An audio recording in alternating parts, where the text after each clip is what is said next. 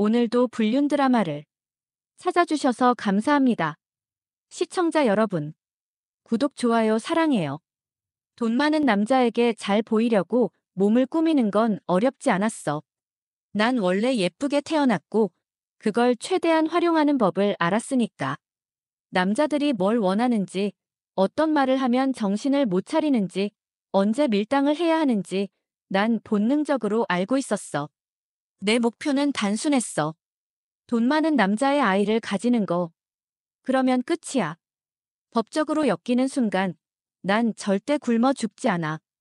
위자료든 양육비든 난 평생을 편하게 살 수 있거든. 그리고 그걸 위해서라면 어떤 연기도 할 수 있었어. 첫 타겟은 강민혁. 42살, 중견기업 대표. 키 크고 돈 많고 결혼도 안 한 완벽한 사냥감이었어.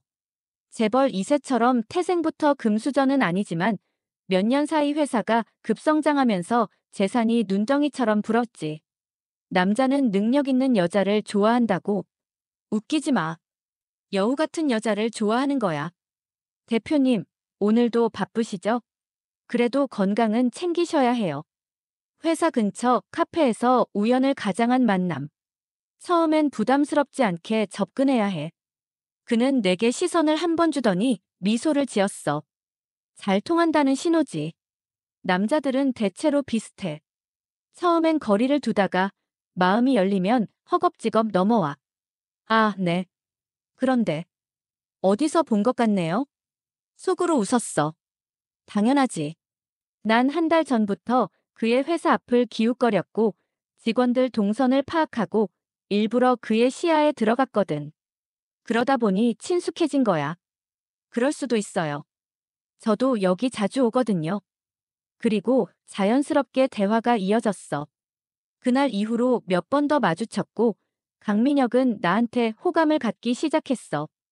연락처를 주고받는 데까지 걸린 시간. 일주일.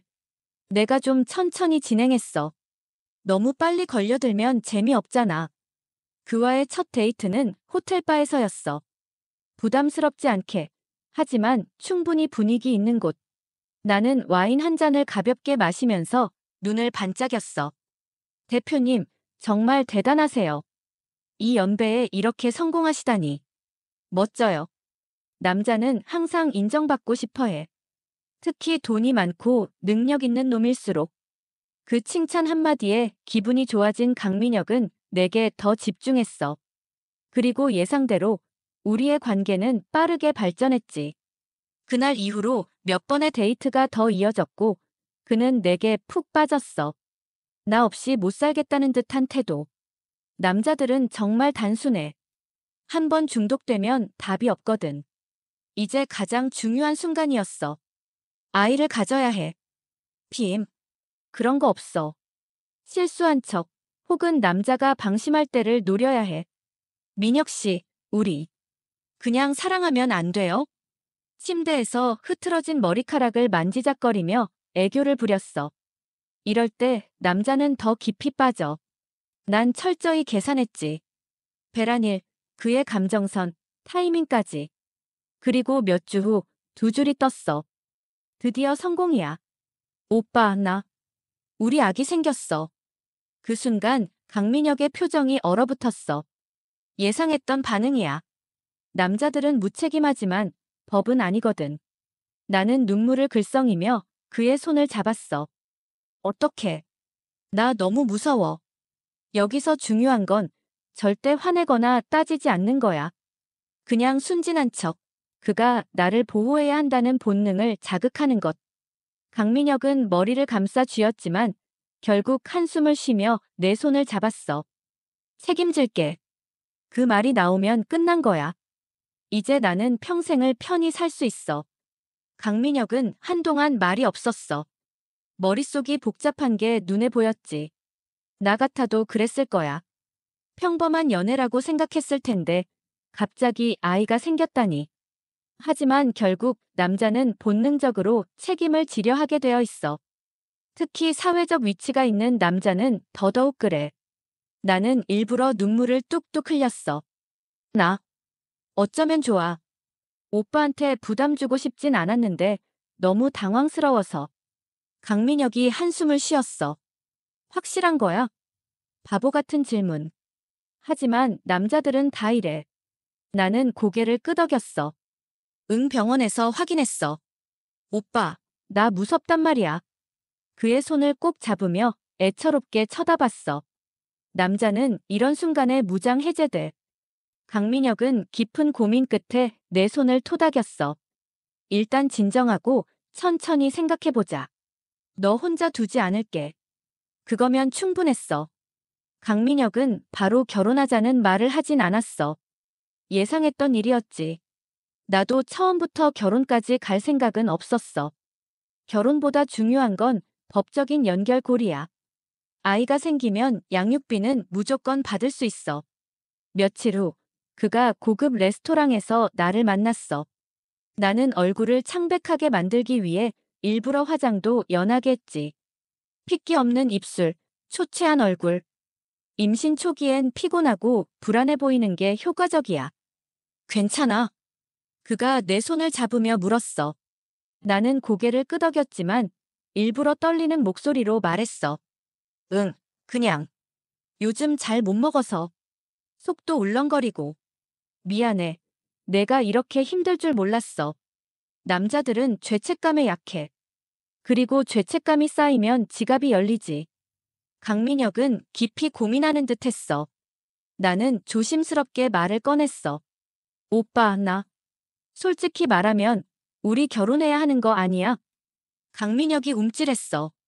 하지만 바로 반박하진 않았어. 결혼. 생각해볼게. 근데 너도 알잖아. 너무 급작스럽잖아. 회사에서도 그렇고 부모님께도 이야기해야 하고. 나는 일부러 가녀린 목소리로 속삭였어. 나도 알아. 근데 난 혼자선 못 키워. 그리고 오빠 아기잖아. 그가 내 손을 꼭 잡았어. 책임질게. 일단 내가 아는 병원에 가자. 내 건강부터 챙겨야 하니까. 꺼봐. 내가 원하는 대로 굴러가고 있잖아. 며칠 후 강민혁은 나를 유명 산부인과로 데리고 갔어. 당연히 나는 확실하게 임신을 확인받았고 초음파 사진까지 챙겼지. 이제부터는 이 사진이 나의 무기야. 병원을 나온 후 강민혁이 깊은 한숨을 쉬었어. 너 정말 이 아기 낳고 싶은 거야? 나는 그를 올려다보며 울 것 같은 얼굴을 했어. 오빠, 어떻게 그런 말을 해? 난 이 아기 사랑해. 우리 사랑의 증거잖아. 강민혁은 미간을 찌푸렸지만 결국 아무 말도 못했어. 그리고 며칠 후 그는 내게 집을 한 채 마련해줬어. 결혼 얘기는 아직 나오지 않았지만 충분했어. 고급 오피스텔, 생활비까지. 이제 나는 더 이상 돈 걱정을 안 해도 돼. 하지만 예상 못한 변수가 생겼어. 어느 날 강민혁이 다급한 목소리로 전화를 했어. 혜진아, 큰일 났어. 우리 부모님이 알게 됐어. 나는 순간 심장이 내려앉는 기분이었어. 강민혁 부모. 귀찮은 존재들이지. 이런 부잣집 아들들은 대부분 부모가 극성 맞거든. 어떻게? 오빠, 우리 결혼할 수 있는 거야? 그는 한숨을 쉬며 말을 이었어. 아버지가 널 만나고 싶어 하셔. 좋아. 이제 내가 얼마나 잘 연기하느냐에 따라 결과가 달라지겠군. 강민혁의 부모는 전형적인 부잣집 노부부였어. 어머니는 날 위아래로 훑어보면서 싫은 기색을 감추지 않았고 아버지는 딱딱한 표정으로 앉아 있었지. 혜진 씨. 강 회장이 나직이 입을 열었어. 우리 아들이 한 실수로 인해 이렇게 된 건 이해합니다. 하지만 우리 가문은 함부로 혼인할 수 없는 집안입니다. 역시 예상대로군. 나는 일부러 눈물을 참는 듯한 표정을 지었어. 저는 민혁 씨를 진심으로 사랑해요. 아이도 그 사랑의 결실이고요. 강 회장이 비웃듯 웃었어. 그렇게 쉽게 말할 문제가 아니오. 내가 원하는 건 간단해. 이 아이 지울 수 있겠소? 그 말을 듣는 순간 내 속에서 분노가 치밀어 올랐어. 아버님, 어떻게 그런 말씀을. 간단합니다. 혜진 씨가 이 아이를 포기하면 내가 당신이 원하는 만큼 보상해주겠소. 금액은 당신이 만족할 만큼. 결국 나에게 돈으로 해결하자는 거네. 나는 테이블 밑에서 손을 꽉 쥐었어. 그리고 잠시 침묵한 후 애써 눈물을 흘리며 중얼거렸어. 전 그럴 수 없어요. 이 아이는 제 전부예요. 강민혁이 옆에서 머리를 감싸쥐었어. 아마 부모님과 나 사이에서 갈등하겠지. 좋아. 이제 마지막 한 방을 준비해야겠어. 나는 마지막으로 강 회장을 바라보며 떨리는 목소리로 말했다. 전 끝까지 이 아이를 지킬 거예요. 그리고 민혁 씨 없이라도 잘 키울 수 있어요. 법적으로 양육비만 받을 수 있다면. 강 회장의 표정이 변했어. 법이 내 편이거든. 이제 선택은 강민혁과 그의 부모에게 달려 있었어. 강 회장의 표정이 차갑게 굳어졌어. 내가 법적으로 양육비만 받겠다고 했을 때 그 늙은 부자의 눈빛이 흔들리는 걸 놓치지 않았어. 혜진 씨, 그 말을 다시 한번 해보겠소? 난 일부러 눈을 살짝 붉히고 입술을 깨물면서 떨리는 목소리로 말했어.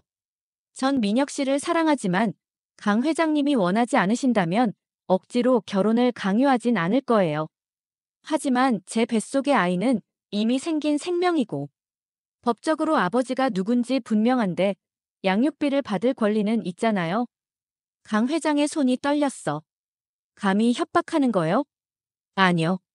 협박이 아니라 제 권리를 주장하는 거죠. 강민혁이 그제야 정신을 차린 듯 내 손을 덥석 잡았어.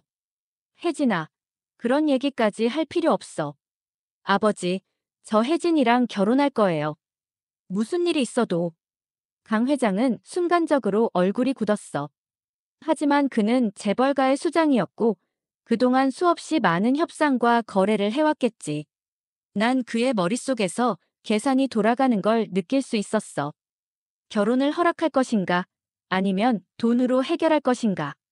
나는 일부러 강민혁 쪽으로 몸을 더 기울이며 보호받고 싶다는 듯 기대었어. 남자는 이런 모습에 약하거든. 오빠 나 그냥 우리끼리 조용히 살면 안 돼. 나는 욕심 없어. 그냥 오빠만 있으면 돼. 이 한마디가 치명적이었어. 강민혁은 나를 감싸 안았고 강 회장은 입술을 질끈 깨물었지. 일주일만 시간을 주시오. 우리가 가족끼리 논의해보겠소. 드디어 왔다. 내가 원하는 대로 굴러가고 있어. 그날 밤 강민혁이 내 오피스텔로 찾아왔어. 술에 취한 얼굴이었어. 나는 일부러 몸을 웅크리고 초조한 표정을 지었어. 오빠 무슨 일이야? 강민혁은 나를 끌어안고 한숨을 쉬었어. 미안해, 혜진아. 아버지가 너를 인정하지 않으실 거야. 내가 얼마나 좋은 사람인지도 모르고 무조건 반대만 하셔. 좋았어. 그의 감정이 나한테 쏠리기 시작했어. 나는 천천히 그의 얼굴을 쓰다듬으며 속삭였어. 괜찮아, 나 오빠 사랑하니까. 아버님이 원하지 않으면 그냥 나 혼자 키울게. 오빠한테 부담 주기 싫어. 강민혁이 눈을 질끈 감았어. 아니야. 그럴 수 없어. 우리 도망칠까? 이 말을 듣는 순간 속에서 웃음이 터질 뻔했어. 드디어 올 것이 왔어. 강민혁이 부모의 기대에서 벗어나고 싶어 하는 걸 내가 이용할 수 있는 순간이 온 거지. 도망. 나는 일부러 망설이는 척했어. 그래. 그냥 우리끼리 해외 나가서 살면 안 돼. 아버지 재산 없이도 나 회사에서 번 돈 많아. 혜진이 너랑 아이만 있으면 돼. 재산 없이도. 나는 그 말을 듣고 살짝 인상을 찌푸렸어. 그건 내 계획이 아니야. 난 철저하게 보장받고 싶다고. 오빠 나는 오빠 힘들게 하고 싶지 않아. 나랑 있으면 오빠 인생 망가질 수도 있잖아. 강민혁은 내 손을 잡으며 애절한 눈빛을 보냈어. 그런 소리 하지 마. 내가 알아서 해결할게. 넌 그냥 나만 믿어. 그래, 믿어야지. 그런데 난 내가 아니라 내 돈을 믿는 거야. 며칠 후 강 회장에게서 연락이 왔어. 혜진 씨, 우리 다시 이야기해봅시다. 나는 올 것이 왔다고 생각했어. 호텔 스위트룸에서 강 회장과 다시 마주 앉았을 때 그는 곧장 본론으로 들어갔어. 혜진 씨, 솔직해집시다. 당신이 원하는 건 우리 집안으로 들어오는 게 아니오. 돈이지. 나는 당황한 척했어. 아버님, 저는 정말 민혁 씨를. 그만하시오. 난 협상을 하러 온 거요. 나는 잠시 입술을 깨물며 고민하는 척했어. 그리고 조심스럽게 입을 열었어. 얼마를 생각하고 계세요? 강 회장이 날 똑바로 쳐다봤어. 10억. 순간 머릿속에서 계산이 돌아갔어. 10억이면 솔직히 아이 하나 키우고도 남을 돈이긴 해. 하지만 난 여기서 끝낼 생각이 없었어. 나는 한숨을 쉬면서 고개를 저었어. 아버님, 저를 너무 가볍게 보시는 것 같아요. 저는 민혁 씨의 아이를 가졌고 앞으로 혼자 이 아이를 키울 생각이에요. 그런데 10억으로 모든 걸 포기하라니요. 너무 잔인해요. 강 회장이 입술을 씹었어. 20억. 나는 눈을 질끈 감으며 작은 목소리로 말했어. 아버님, 제가 바라는 건 돈이 아니라 가족이에요. 하지만 아버님이 그렇게 말씀하신다면 50억이면 생각해 볼게요. 강 회장의 눈빛이 살짝 흔들렸어. 너무한 거 아니오? 나는 눈물을 글썽이며 손을 모았어. 아버님, 저는 이 아이를 포기할 생각이 없어요. 그런데 강 회장님께서 강압적으로 나오신다면 저도 어쩔 수 없잖아요. 법적으로 대응할 수밖에 없죠. 재판까지 가게 되면 언론에도 알려질 테고. 강 회장은 깊은 한숨을 내쉬었어. 줬소. 50억. 하지만 다시는 우리 가족과 엮이지 마시오. 드디어 내가 원하던 금액을 받아냈어. 며칠 후 내 계좌에는 50억이 입금되었어. 나는 바로 해외로 떠났어. 강민혁?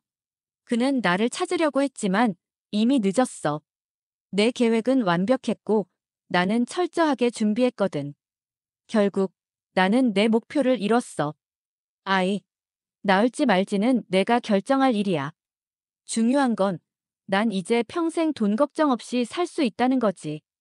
그리고 이 모든 건 아주 철저하게 계획된 일이었어. 그렇게 50억을 손에 쥐고 난 한국을 떠났어. 목적지는 스위스. 돈 세탁이 용이한 곳, 그리고 부유한 사람들이 넘쳐나는 곳이었지. 난 여기서 완전히 새로운 신분으로 살 생각이었어. 처음엔 강민혁이 어떻게든 날 찾으려고 할 줄 알았는데 의외로 조용했어. 아마 아버지한테 철저히 통제당했겠지. 그럴 줄 알고 난 연락처도 다 바꿔버렸어. 은행 계좌에 찍힌 50억을 보면서 난 술을 한 잔 따랐어. 드디어 이 삶에서 해방이야. 사랑. 그런 거 난 필요 없어. 오로지 돈만 있으면 돼. 그렇게 몇 달을 스위스에서 지냈어. 고급 호텔에서 머물고 명품으로 몸을 휘감고 최고급 요리를 즐기며 살았지. 하지만 아무리 그래도 혼자 지내는 건 심심하더라고. 난 다시 사냥감을 찾기로 했어. 이번엔 스위스 은행 임원급 정도면 괜찮겠지. 한국에서처럼 머리 굴려서 접근하면 더 큰 돈을 손에 넣을 수 있을 거야. 그러던 어느 날 호텔바에서 한 남자가 눈에 띄었어. 백발이 섞인 머리, 중후한 분위기, 손목엔 롤렉스 시계. 딱 봐도 자산가였어. 난 천천히 다가갔어. 혼자 술 드세요? 그가 나를 바라봤어. 그리고 피식 웃었지. 낯선 나라에서 만난 미인은 반갑지. 좋아. 이번 게임의 시작이야. 난 다시 한번 사냥을 준비했어. 그 남자의 이름은 박도진. 스위스에서 활동하는 한국계 금융인이었어. 국제자산관리 회사를 운영하는 CEO였고 유럽 전역의 부동산을 소유한 자산가였지. 난 그를 호텔바에서 처음 만났어. 혼자 술 드세요? 내가 다가가자. 그는 흥미로운 듯 날 쳐다봤어. 남자들은 이렇게 자신감 있는 여자한테 끌려. 난 와인잔을 손끝으로 천천히 돌리면서 깊게 눈을 빛냈어. 전 여행 중이에요. 새로운 곳을 탐험하는 걸 좋아하거든요. 여행이라 어디가 제일 좋았소? 스위스요. 경치도 아름답지만 여기엔 멋진 사람들도 많으니까요. 그는 피식 웃으며 내게 건배를 청했어. 손쉽게 넘어오는군. 며칠 후 박도진은 나를 자기 집으로 초대했어. 제네바 호수가 한눈에 내려다 보이는 대저택. 나는 감탄하는 척하면서 안으로 들어갔어. 혼자 살기엔 너무 크지 않아요? 이제 그렇지 않을 수도 있지. 그 말이 무슨 의미인지 알았어. 그는 나를 원했고 난 그걸 이용할 생각이었어. 그날 이후 우린 빠르게 가까워졌어. 박도진은 나를 고급 레스토랑에 데려가고 비싼 선물을 안겨줬어. 난 그의 몸에 밀착하면서 부드럽게 목을 쓸어내렸지. 남자들은 언제나 이런 터치에 약해. 도진 씨, 손목에 힘 좀 빼봐요. 너무 긴장한 것 같은데. 그는 내 말에 따라 손에 쥐고 있던 잔을 내려놨어. 나는 살짝 웃으며 그의 넥타이를 풀어주었어. 이제 좀 편안해졌죠? 그는 나를 욕망 어린 눈빛으로 쳐다봤어. 하룻밤을 함께 보낸 뒤 박도진은 나를 더 원하기 시작했어. 남자는 은밀한 곳을 탐닉하고 나면 더 깊이 빠지게 되어 있어. 난 그의 귓가에 속삭였지. 이렇게 뜨겁게 원해주는 거 나 너무 좋아요. 그가 내 허리를 강하게 감싸며 중얼거렸어. 나와 결혼할 생각 있나? 드디어 원하는 말을 들었어. 하지만 난 바로 대답하지 않았어. 일부러 머뭇거리는 척했지.